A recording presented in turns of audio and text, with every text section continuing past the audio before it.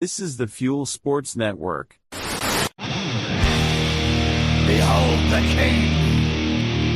the King of Kings. We couldn't do diddly poo. I'm dropping the hammer. No, you're not. And that's the bottom line. Here, have a quarter, make a phone call. I have wrestled with an alligator. What? I done tussled with a whale. What? I done handcuffed lightning, throw thunder in jail. Funky butt loving. Did he say funky butt loving? There's no crying. There's no crying in baseball. Let the big dog eat. Woo! Whoa! Woo! Whoa! Woo! Woo! Woo! Woo! Woo! It's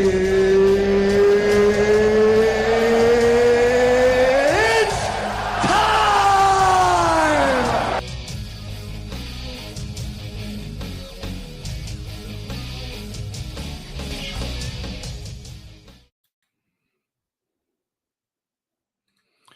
Good morning, everyone. Sorry for the late start, but as we all know, in the real world, things never go as planned. So it's been a wild and woolly morning this morning. Lots of things that are happening, especially on my end. Unfortunately, technical difficulties. It's when you are doing this kind of stuff, everybody thinks out there in TV land and YouTube land and Facebook land and everybody that watches these things, some people really get it. They get the idea. Hey, this ain't easy. This is difficult. This is hard. There's a lot of things that go into it, a lot of time and effort. And unfortunately, this is one of those days where it just wasn't working with me. Having, internet stability issues, having issues with startup on the stream this morning, and just fighting it from every angle that I could potentially fight it from. So my apologies for the late start. Welcome to another Wednesday edition. Almost 10 minutes in after. Hopefully we still have a good stream this morning. Good morning. The thing is that what I've been fighting with all morning this morning has been internet stability issues. I guess weather related. I'm not really all that sure. It's just kind of overcast and cloudy here. But again, internet stability issues, unfortunately. I don't like it, but it is what it is. Sometimes you just have to go with what you got. That's just what it is. And,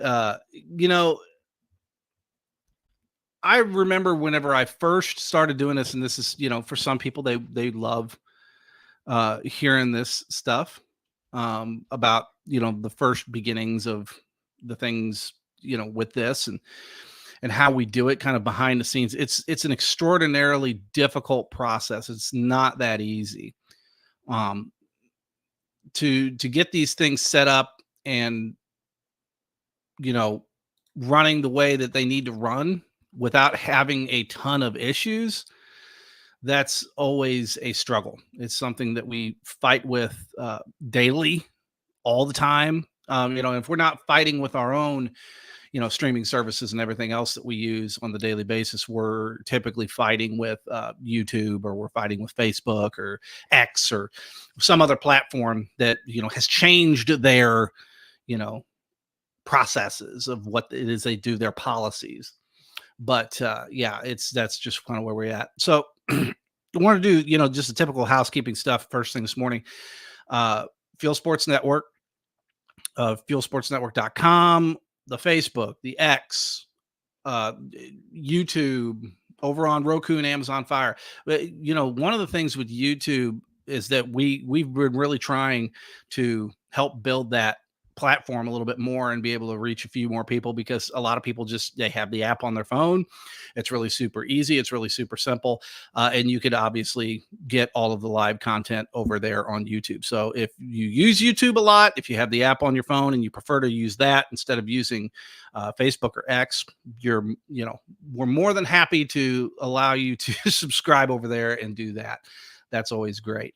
But yeah, the housekeeping stuff. I want a reminder tonight, right here. Circle it in your calendar. Make sure that you get this. You remember, A-Team tonight with RC. They're going to have Mert Davis on, and they're going to be talking about the St. Louis All-Women's Slam football team who won their 4th championship game this year. So that's a big deal. You know, they're really successful. They're really doing well over there. Good morning. And you know, it's going to be a great show. You definitely want to tune in, and you want to make sure there's going to be little tidbits of fun stuff in there. So make sure that you tune in tonight for the A-Team. Don't miss it. So kind of what's going on right now in the sports world, and I'm specifically going to hone in on football this week, specifically the NFL, being that we have the NFL season starting up and heating up here real soon. As always, and never forget, the Cowboys have already been eliminated from the playoffs. I'm sorry. I gotta give it to the Cowboy fans, friends of mine that are Cowboy fans, big Cowboy fans. I get it. I understand. But I got to give you the grief. You know, I grew up with the Cardinals being in the Eastern Division with the Washington Redskins and the Giants and the Cowboys and everything else. So, yeah, I'm not a fan of the Cowboys because they whooped up on my Cardinals in the 80s. I remember a lot of that, except for whenever they were bad and the Cardinals were halfway decent. But yeah, I remember Tony Dorsett running all over them and Roger Staubach, you know, going back and watching some of those old games, beating up on my poor, hapless St. Louis football Cardinals there for the majority of the years that they were bad. And there was a lot of years they were bad. There was more years that they were bad than they were good. You know, and it's funny because talking about football specifically in the St. Louis market and those who are watching who have not familiarized themselves with some of the things that I have written about and the things that I've been involved with over almost nearly the last, 7 years, 6-7 years, to that extent. Lots of articles that I did, investigation exposés on the NFL and their operating procedures and the way that they do things over on fuelsportsnetwork.com. Go check them out. But recently, with what happened in St. Louis and the settlement that happened there with the Rams and their exodus from St. Louis, there was a lawsuit that was levied against the NFL about NFL Sunday Ticket. Now, the reason that they did this was because they felt that it was in violation of antitrust laws. I cover this ad nauseum. I don't even want to talk about the Sherman Act or antitrust laws or any of that other stuff anymore because I talked about that stuff till I was blue in the face for years. I don't even want to talk about it anymore. I'm not a lawyer and I don't play one on TV. But it's a very important thing to remember when we're talking about the NFL in the future. So the judge ruled against them and levied a $4+ billion settlement in the favor of the plaintiffs against the NFL and NFL Sunday Ticket. And what we would refer to in the novice world is price gouging, and to where they had the entire market cornered and they could pretty much essentially do whatever they want. And a lot of us sit there and scratch our heads and kind of put our arms out and go, everybody does that. They all do that. Well, yes and no. There's regulations. So it's one of those things to where they have to remember the important core component of why it is that they do what they do and the success that they have doing it, which is the fan base and the amount of money that people pay in order to be able to access that information and assimilate it. So they lost that suit. Then it wasn't even just here a few days ago. Judge comes back and just basically throws it out on his ear and says, no, it's not viable. And in a similar kind of, 1A, 1B, Google itself, obviously, with the issues that a lot of creators have had with doing anything on YouTube or Google, has now ruled that Google and YouTube are essentially a monopoly and that they control pretty much essentially all of the information that gets put out there onto the internet because they're the aggregate. They're the search engines. And so when you talk about YouTube, you talk about Google, and you talk about the antitrust laws and the Sherman laws again ad nauseum. Don't really want to talk about it. Just look them up. Don't use Google. But that's the whole point. That's why we are where we are, because these companies have gotten to a point where, especially with the NFL, Major League Baseball is guilty of it. The NBA is guilty of it. They're all guilty of it. And they all try to monopolize that the product that they have and be the, I always refer to it as the 10,000 pound polka dotted pink elephant in the room.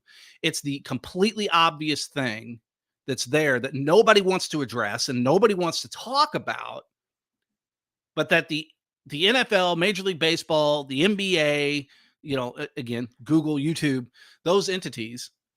I mean, you look at companies today that they were around back in the 60s, 50s, 40s, 50s, 60s, that they have now gone and gobbled up every single competitor. The NFL ate up the AFL, the American Football League, back in the 60s. And that's what created what we know now as the NFL, and why we have the AFC and the NFC. It's why we have the format that we have now in the NFL. And I use the Google and YouTube analysis as a very important core component to the argument against the NFL and Major League Baseball, so on and so forth. Ask any real baseball fan. Ask the great Ron Nuttall from Team of Rivals. Great show over here on the Fuel Network. I've been doing stuff with Ron for years. One of the most knowledgeable guys when it comes to baseball and soccer and everything. He has another show called At the Park. A wonderful show. It's over on Apple Podcasts. Go check it out. But he said a long time ago to me in a private conversation, hey, listen, I'm fed up. I'm fed up with Major League Baseball, with the blackouts, with forcing me to watch market games that I don't want to watch. And why can't I, as a consumer, go and buy a product that I want to assimilate, that I want to see, and pay for that product, pay for that team? Why am I forced to buy every single other market at the same time in order to be able to watch that one team I want to watch that's out of market? Well, Ron knew as well as I did. And I'm going to go ahead and give you that information now as to the reasoning as of why, because it's not a very well kept dirty little secret, but it is a dirty little secret nonetheless that the NFL has used for years in order to pigeonhole consumers into subscribing to the entire platform and get a flat rate. Yeah, you're getting all these teams. You're getting all of these special events. You're getting all of this stuff, right? But at a cost. If you want to watch the LA Rams and they're out of market, if you want to watch the Dallas Cowboys if they're out of market, or the Pittsburgh Steelers or the Green Bay Packers or any other team that's in the NFL, you got to ask yourself, why can't I just buy that team? Why can't I watch those games? Well, there's a reason for that. It's because of what's called a little thing, revenue sharing. And the NFL has a responsibility to the conglomerate that is the ownership group, that is nothing but a den of vipers and snakes, because they're all out to get each other. It's a ladder of succession. They're all fighting one another. And do you think that Jerry Jones is going to roll over for the owner of the Denver Broncos, who's a member of the Walton family? Is he going to roll over for him and let him have more of the pie? Really? Ain't going to happen. There's a reason why these billionaires are where they are. They are disgustingly cutthroat. They don't care about, well, is this fair or is this not fair? They don't care. And they're going to make sure that they're on the top of that pile nonetheless.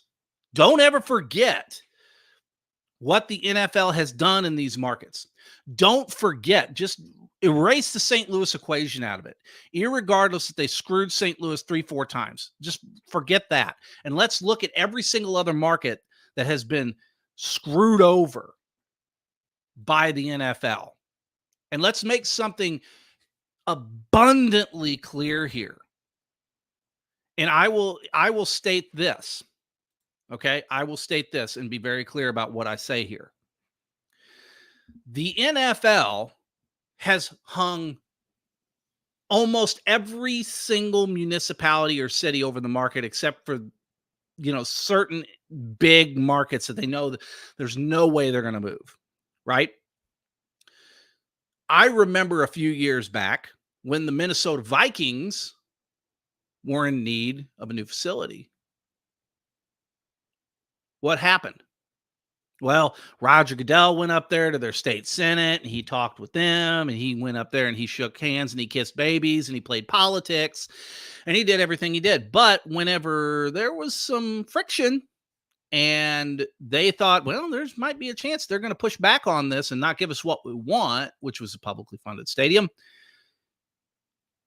then they pulled out the big guns. They pulled out the threat of moving to LA. And guess what happened? Boy, howdy, wouldn't you know who won the pony? Just a short amount of time later, they had themselves a publicly funded stadium. Now that being said, the Minnesota Vikings in the NFL have purchased back that debt. They bought back that stadium. But look at Las Vegas. Go over and check out Jersey the King show on the Fuel Sports Network. He's over there on the West Coast. He's over there in the Vegas area. He's tapped in and tuned into everything sports related out there in Vegas. Go check it out because he will tell you. And there will be more conversations that he will have about that in the future, about NFL in Vegas and the whole, thing of that, along with multiple other sports. But the point is that when the Raiders came in from Oakland, they really had no other place to go aside San Antonio. The NFL was forcing the Raiders at the time to go to St. Louis because they knew they had a situation on their hands in St. Louis.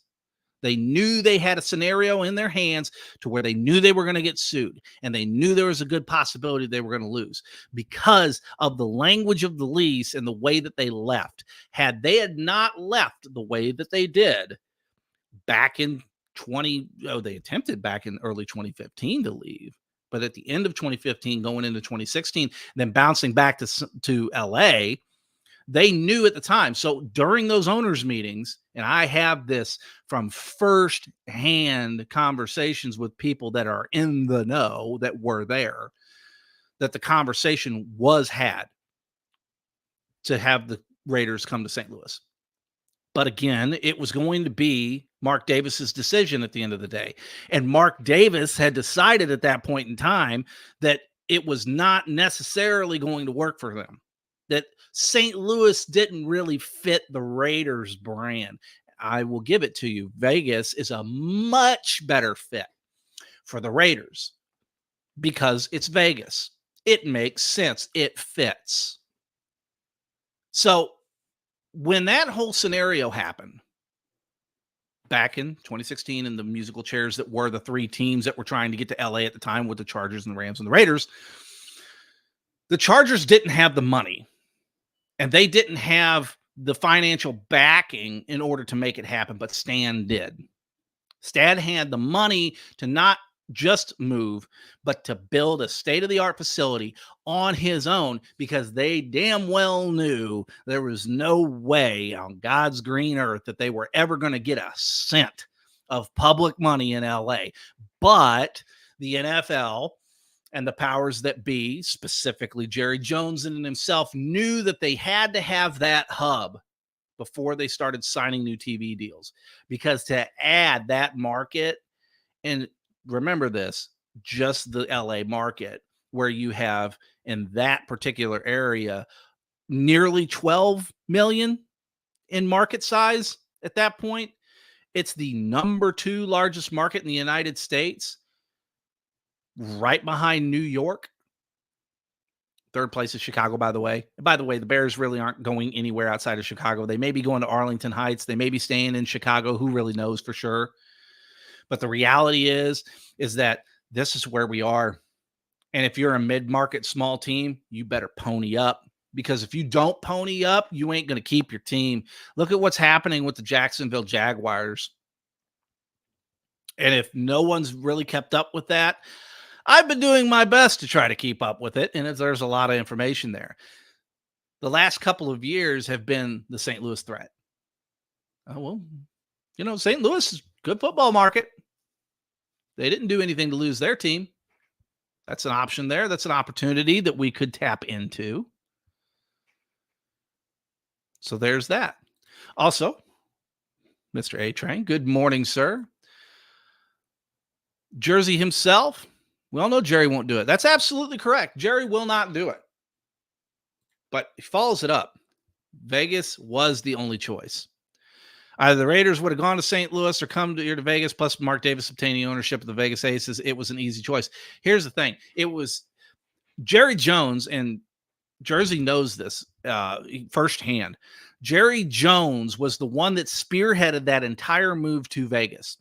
He's the one that escorted them from San Antonio, which, by the way, he did not want them in that market because there's already 2 teams in Texas, and that's one team too big for Jerry. Jerry wants that market all to himself, but he didn't have a choice with Houston. Houston's too big of a market. Ask the A-Train. He lived down in Houston for several years. He knows that market very well, and he could attest to the dynamics and the dichotomy between those areas, between Houston, Dallas, San Antonio. They don't want competition. They make sure of that. So Jerry escorted the Raiders deal on out of the great state of Texas and worked a $750+ million deal to be in the city of Las Vegas, the city that never sleeps, a lot like New York, but to where you can do a lot more fun stuff in Vegas as an adult.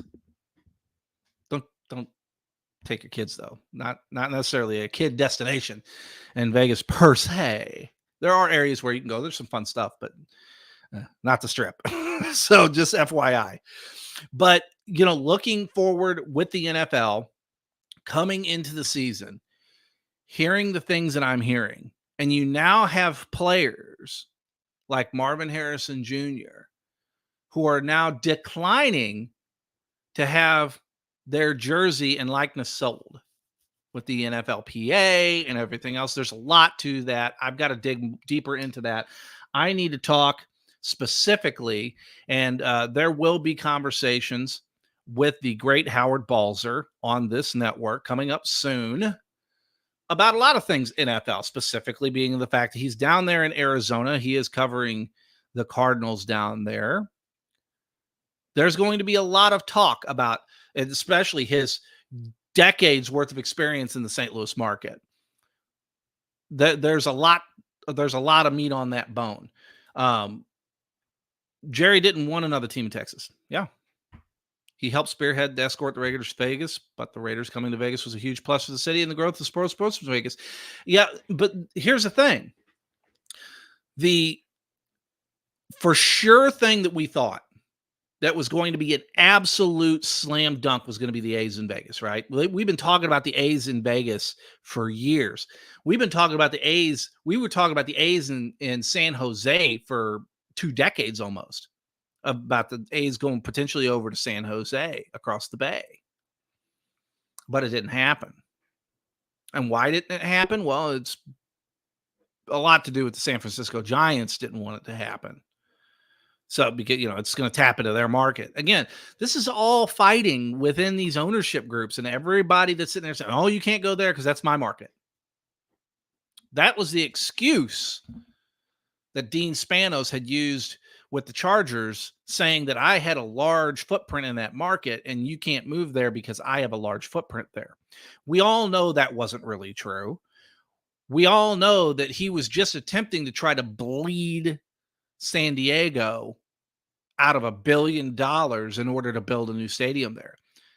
The thing is that, and a lot of people that are out there on the West Coast can attest to this because they know firsthand. I know firsthand because I followed it for years. Dean Spanos could have easily stayed in San Diego. Just like Stan could have stayed in St. Louis easily. Wouldn't have been an issue. Had Stan come to the table and said, "Hey guys, listen, I have stunk up the joint for over a decade. Our last success was in the mid 2000s. We haven't won anything since. We've been terrible. We've been stinking out the joint. Here's what I'm willing to do. I'm willing to cover, I want a state-of-the-art stadium, but I'm willing to cover a portion of that." I think it would have been a lot different conversation in the city of St. Louis. Same thing with Dean Spanos. Hey, listen, guys, I ain't rich, but I've been trying to put a good product on the field for you guys over here in San Diego for years. Okay, I've dealt with this, what used to be the Qualcomm Stadium for years. Now, what I want to do is I'm going to come in, I'm going to kick in a few million. I'm going to kick in a couple hundred, 300, 400, 500, whatever. They could have done that, and they could have went to the NFL, and they could have said, "Hey, NFL, I want to build a state-of-the-art stadium in my market. I want to stay in my market, and I want to build a state-of-the-art stadium, and I want to give a few $100 million. Could you kick in a couple hundred?" NFL would have never said no. The NFL would have jumped on it in a heartbeat, and it was absolutely, let's do that. It beats litigation and lawyers and everything else. You get to stay in a market that you're already in. You get to ingratiate yourself with that fan base. And nobody's cashing in on anybody else's market. So everybody's happy. So we talk about Vegas. Let's talk a little bit about Salt Lake City and the moves that they're making to where they've now earmarked nearly $2 billion. That's with the big B. $1 billion for a hockey team and a Major League Baseball team. Okay, folks, let's put that on our brain bucket for a minute. Let's think about that. $2 billion for a baseball team and a hockey team.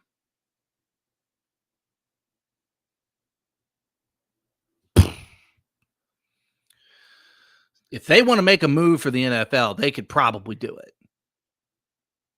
Now, again, at what risk? To what extent, to what level are we discussing? What are we talking about when it comes to the NFL potentially in the market of Salt Lake City?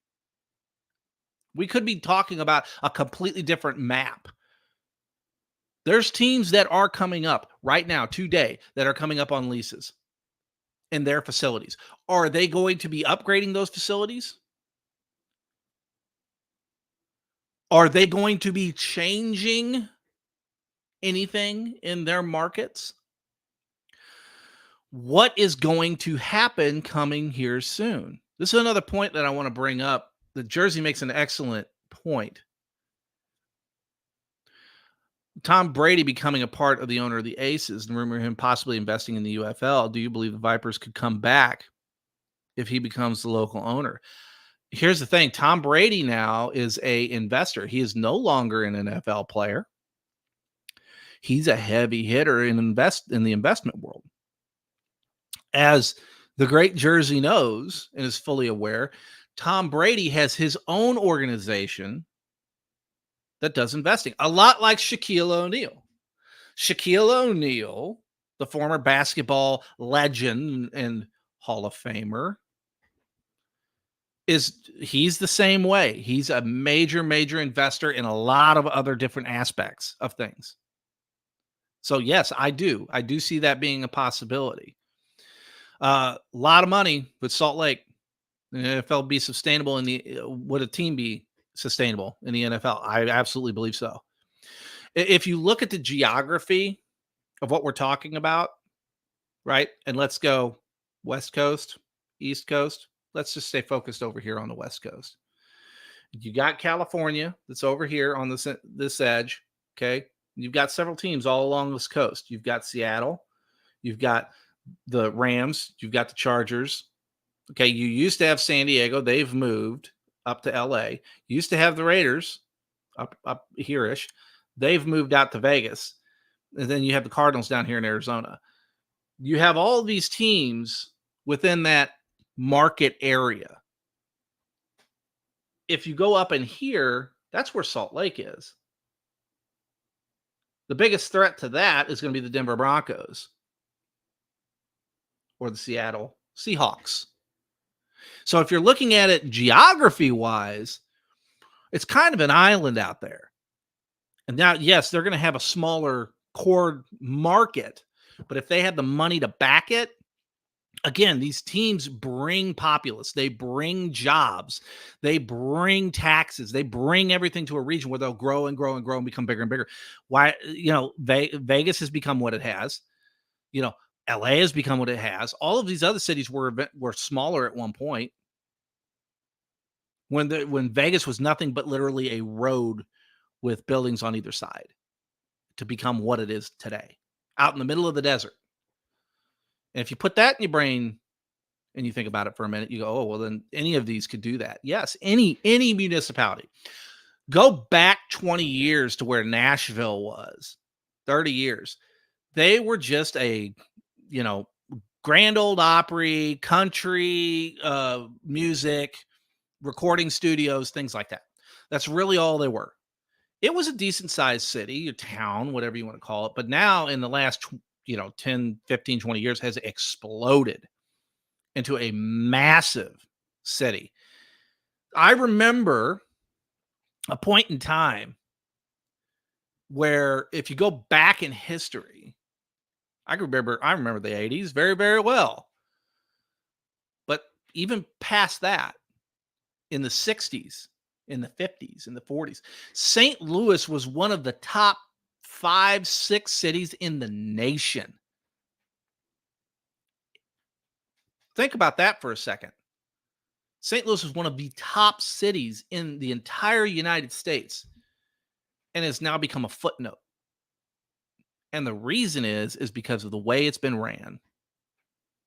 All the other municipalities and cities were smart. They got businesses in, they got, entertainment in, they brought in excitement. I'm going to tell you, anybody that's younger, I was younger at one time, everybody else was younger at one time. We all were younger. And by the way, we're going to run a little bit long today because of our technical difficulties. So we're going to run a little bit long and make up the time. But when we were all younger, we wanted to have fun. We wanted to go to the nice restaurants. We wanted to go to the nice clubs. We wanted to stay at the nice apartment buildings or lofts or townhouses. And we wanted to be able to be walking distance from our jobs. We didn't want to have to be very far from any of this stuff. But as we get older, things have a tendency to change. You start to have a family. You want things to be a little bit more quiet, a little bit more slowed down, a little bit more subdued. So you move out to the counties and outside of the city and things of that nature.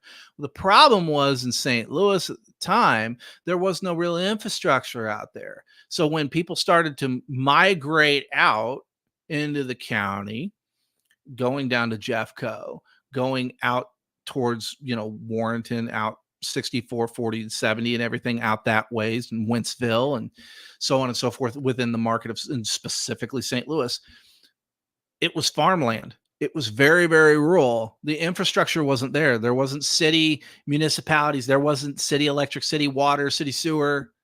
It was very, very difficult to be able to move out to those areas. But why did Vegas make it work?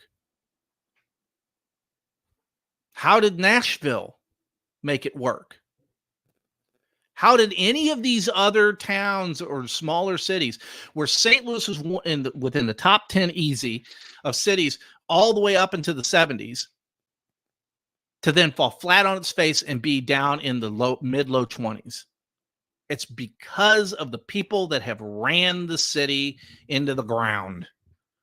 And they continue to run the city into the ground. And until things change, all things will remain the same. You got to have entertainment. You got to have jobs. You got to have infrastructure. Good roads, good schools, safe communities. These are the core components to having success and having these pro teams in your markets. You want to have them? That's where you have them. Go back to what we were saying before. There you go. Tom Brady has invested in their fitness center there over at Encore. He's doing a lot of investing now. Tom Brady has really moved into the city of Vegas like I've never seen. I really thought he would stay in Florida. Based off of the direction Florida has gone in the last decade and the changes that they have made politically and on a government level, the way they run things, go look at their GDP, gross domestic product. Go look at that. Look at their percentages. Look at how much money is made in that market. It's still California, even though people have been leaving left and right, California is still, like I said earlier, the 10,000-pound polka dotted pink elephant in the room. It's still the big guy. It's still the heavy hitter. Texas is close. They're there. Florida's in the mix. But Vegas, if they get the right people, they're going to sneak up. Don't think that they won't. I remember St. Louis, everybody in St. Louis had their nose in the air. And you can ask anybody outside of the St. Louis market, they're all going to say the same thing about St. Louis baseball Cardinal fans, right? That we all kind of have our nose in the air and we think we're hooty-tooty. Well, guess what? We had our nose in the air back then, and we let people pass us by as a market in St. Louis, just specifically speaking to St. Louis. And the other markets succeeded where St. Louis failed. This isn't a left or right conversation. Don't get it twisted. This has everything to do with policy and how these places are ran. And if they get ran better, then they're going to have better options and opportunities. Now, St. Louis, to its credit, certain particular people within the community have decided to put their money where their mouth is. And they've decided to invest in the city. And they have made some amazing, amazing changes. One of the things I would like to point out is the Armory in St. Louis. That's a wonderful place. If you've ever been out to the Armory in St. Louis, if you're from out of town and you're visiting for whatever reason, go check out the Armory in St. Louis. But one of my favorite things is go catch a movie over at the Alamo. One of my favorite movie theater chains. I love going and watching movies at the Alamo. It's just something eclectic about it, something fun. It's different. That's why I like it. I like things being different. Yeah, Ronnie, St. Louis has been reluctant to clean up downtown. Why? Okay, why? Let's have a talk. Let's talk. Let's have a Donnybrook right here, right now. Let's talk why St. Louis city officials and county officials have been reluctant to clean up downtown. Well, a lot of it has to do with the split. Years and years ago when St. Louis County and St. Louis City split. Look at what happened to St. Louis County and look at what happened to the city. St. Louis County thrived. St. Louis County exploded. And St. Louis City died. A slow, painful death. It's still dying. It's on life support. And unless there's a merger and they come back together and the county bails them out for their piss poor decisions and then takes over the decision-making process and fixes the problems, then nothing will change. Ask anybody that lives in downtown. Ask anybody that's gone to a downtown game at Busch Stadium. Ask anybody. I have a personal friend of mine whom I know personally. I've known him for years. We're not as tight as we used to be years ago. But his daughter was killed outside of Busch Stadium by a drunk driver or by a driver that was under the influence of something. Didn't have a license, didn't own the car, didn't have insurance. Do we need to talk about the young lady who was out of Tennessee, who was up in Tennessee, Kentucky area, who was here for a softball tournament, came up here and lost her legs due to a intoxicated or influenced driver in downtown? These are the problems that we continue to have. Do I need to say more? Okay. Ain't going to happen. I don't disagree. But here's the thing. And a lot of people popping in. Ronnie lives in St. Peter's. City county merger is dead. I don't disagree. And St. Louis City SC isn't dying. And that's Ron. This is one thing I want to point out. I'm glad that you brought this up, Ron. Ron Nuttall, the great Ron Nuttall that does At the Park over on Apple Podcasts. Great show. Go check it out. They know their stuff about City SC because Ron's a big fan. Him and his wife both big fans. They catch every single match. And I would love Ron. This is an invitation. First thing, just letting you know, let's go to a match. Let's get a date and a time figured out when you could be in the area, in the market. I would love to go catch a match with you guys. If the opportunity is there and available, I would love to be able to do that with you. But going back to the city county, specifically with St. Louis, and again, I'm trying not to get market specific about this, but it's a good thing to point out because there's a lot of different municipalities that are suffering with this exact problem, this exact issue. To where St. Louis City SC, their ownership group with the Taylors, and everybody that's involved with that, great people, doing amazing things up and down market. And what they've done with the I believe it's called the Greenway Project, if I'm not mistaken. They've done some amazing things there. They've really turned it around because they did it. Policymakers didn't do it in the city of St. Louis. They did it. They came in, they put the spank in, they dumped the money into it in hundreds of millions of dollars. Yeah, the city had to come up with the infrastructure. But I mean, they won that $790 million whatever lawsuit with the Rams. I mean, they put the money away. They paid the law firm. They did all that, and they ain't done squat with it. They lost a whole bunch of money in investment opportunities. They screwed themselves because the left hand doesn't know what the right hand's doing. In any good business, the people at the top need to know what's going on.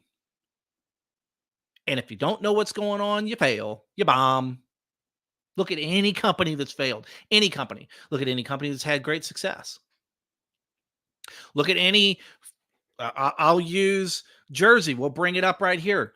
Right here. Tom Brady, Mark Davis, not the smartest guy in the whole. I got to look up over this because this is a whale of a comment, but it's a great comment. Brady and Davis, really close, developing good business relationship. Brady's smart. He's got smart people involved with what's going on. But being a part of the owner of both the Raiders and the Aces, that's huge.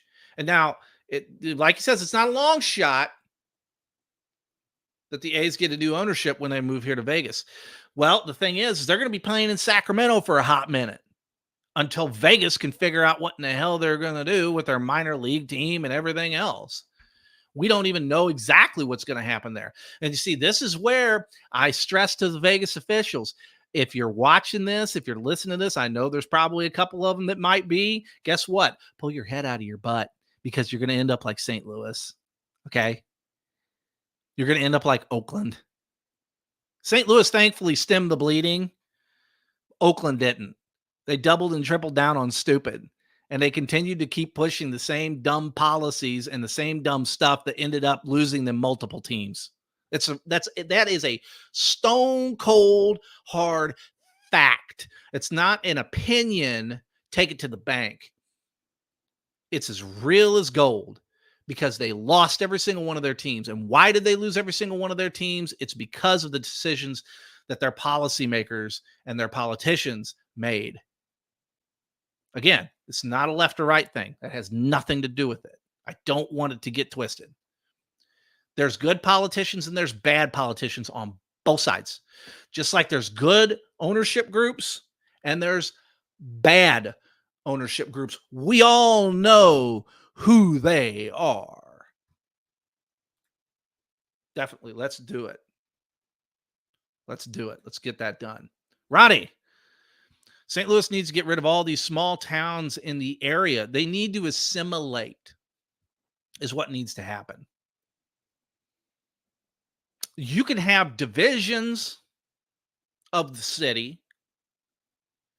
You can have areas of the city, just like any other city would have, the districts, right? You have your districts, just like St. Louis has their districts in the city.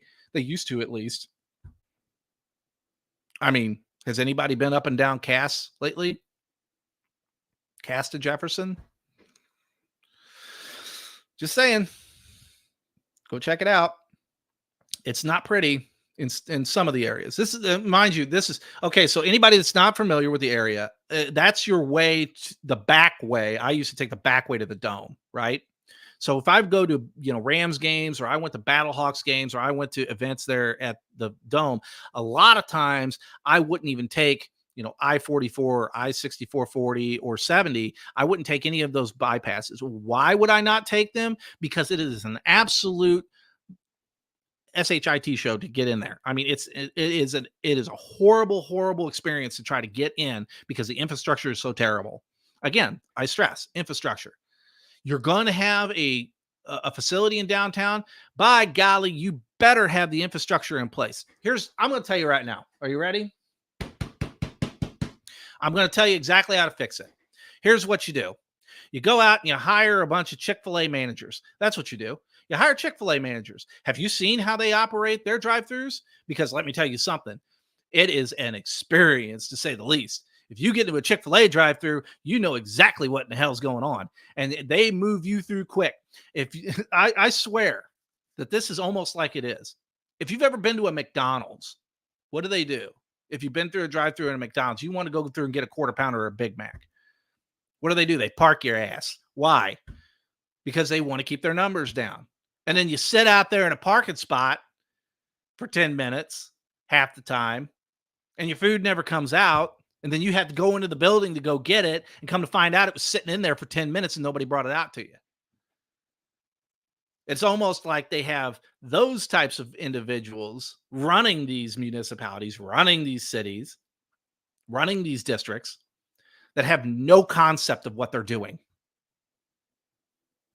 No cool, no standard. I'm throwing out these slang terms. They basically, they have no capability. They have no understanding. Hate that Tropicana is actually leaving. Well, yeah, I mean, but they got to build a new facility. They're keeping the Rays. They're doing what they need to do. Hey, Ron, see you later, buddy. Catch you on the flip side. We'll catch you back up with Jersey over here. We just got the comments just piling in like crazy. Tropicana Hotel Casino has already been closed, getting ready to demolition. The stadium is going to be beautiful with the strip in the background. It's going to be epic. It really is. I mean, Jersey is on point with the majority of this stuff. Go check his show out. He's got multiple different shows, multiple different things he's doing. The Gridiron, Jersey the King show. He's always guesting on other shows. Obviously you want to go check out the A-Train show too as well. The A-Train himself, this man is all over the Fuel Sports Network. He's all over the network. He's always doing something. A genuine lover like myself of the old game shows from back in the day. And we love going back and seeing the old Hollywood squares, right? Or the old episodes of Price is Right or Wheel of Fortune. Things of that nature. Whose Line Is It Anyway? One of the funniest spot shows that I ever watched. I remember just getting tickled to death, but we always love talking about that. And I'm sure there's lots that he's going to be talking about soon. But one of the things he wanted to bring up, the A-Train did, Arlington did, is the NGA building is coming together. They're going to fix it up. And the old Pruitt areas, Jefferson, Cass, etc. So that's good news. And they are working on a lot of that. And I've seen a lot of that, but the road is abysmal. Bumpy as all get out. This is exactly where the old brewery used to be back in there. Years and years ago, there used to be one of the major brewing companies in the United States, and everybody thinks it's Anheuser-Busch. Now, Anheuser-Busch wasn't the only brewer in the St. Louis market. There was others. And so there's a lot of things that need to be addressed there. I think that building, if somebody came in with the right knowledge, they could do something really amazing in that old building if it's fixable. Again, I haven't been in it. I don't know for sure. I can't tell you. I'm not an engineer. I can't tell you. But what I can tell you is that would be really, really cool if they could redevelop that into something to where there's restaurants in it, shopping, areas in it, stores in it. That would be so cool. I would love that if they can manage to get that together and manage to do that. That would be really super cool. That's a great idea. We need to table that with somebody. Right here. Also over in Vegas, it's official. Aviators are the minor league team of the A's. It's been officially there. There you go. So if you need to know, now you know. I think that's probably the direction in Vegas that they're headed, and they will eventually get there. It's just a matter of time before they manage to get it done. And again, Jersey brings up a really, really great point.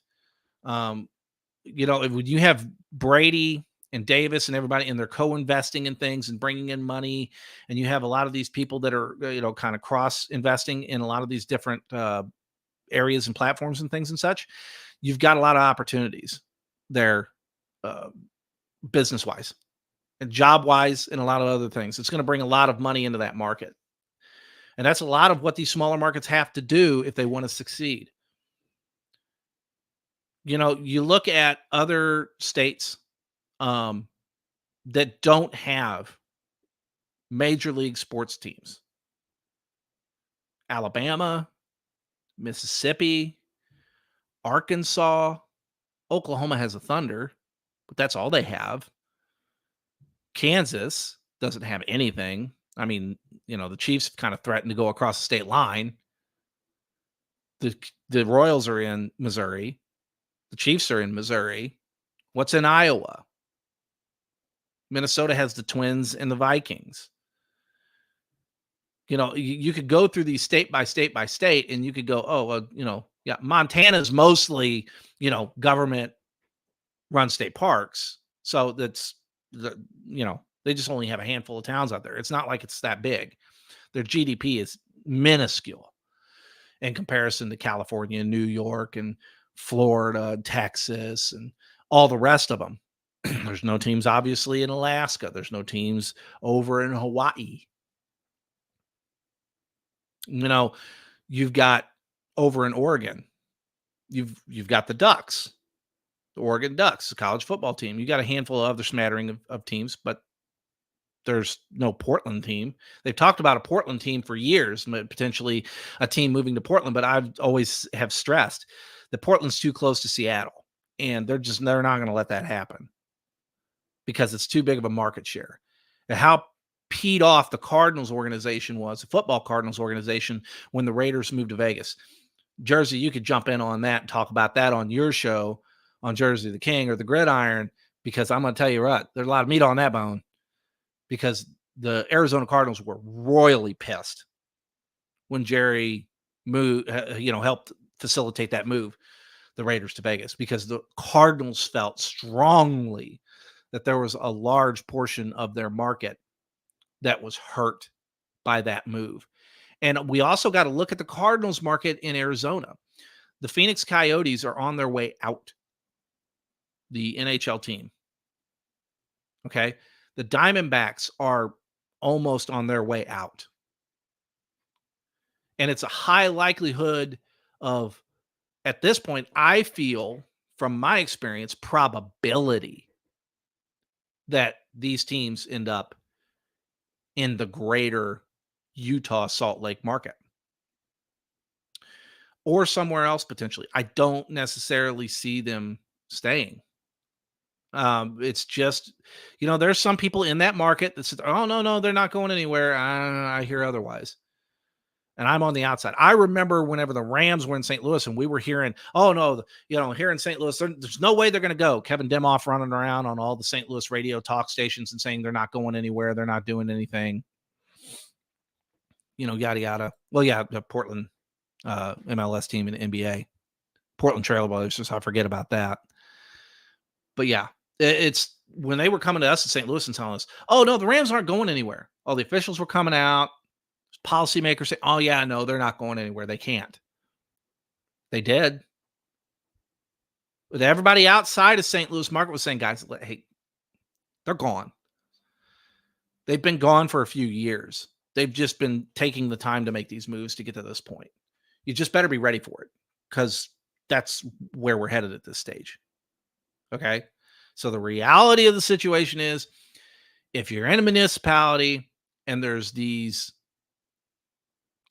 I don't want to say threats, but there's these idle conversations that continue to keep coming up about it. Well, the team's not happy and they're sending out feelers for, what they're going to do. You might need to be worried about that. Because I really honestly think that there's probably some legs to it. Man, oh man, this has been a whale of a show. Unfortunately, due to technical difficulties, I came on 10 minutes late this morning. I appreciate everybody coming in and being a part of the show today, sharing out the show. Again, I want to remind everyone, this is the Fuel Sports Network, fuelsportsnetwork.com, Amazon Fire, Roku, and all the social platforms. Go add them. So you see these things and you get the updates and you know what's going live and when. Don't forget to go over to the YouTube and subscribe to the YouTube channel as well. But we have a million great shows out there. Don't forget to check out the A-Team with RC tonight. They're going to have a great interview and you don't want to miss it. You don't want to miss Jersey the King. You don't want to miss the Gridiron. You don't want to miss the A-Train. You don't want to miss this show. We have Goat Talk, a new episode of Goat Talk that just came out where we discussed our list of some of the greatest sports movies of all time. In our opinion, I want to preface that. But that's a really great, fun show. And we're going to rotate. We're going to bring some people on, and we're going to have some more conversations on that platform for that show. So make sure you check it out. Again, I cannot even begin to go and list all the amazing shows between, our soccer show with At the Park with Ron Nuttall and his cohort over there, just doing a great job on that show on Apple Podcasts as well. TOR, Team of Rivals, funny show. You ever get a chance, these guys just go at each other all the time. And part-time co-host Elliot, love you, brother, but you are a part-timer. Just throwing that out there. But yeah, guys, thank you so much for being here. We're up on our hour. I will see you guys back here next week, and we will do this all over again. Thank you so much for tuning in. I appreciate you. I love you. See you guys soon.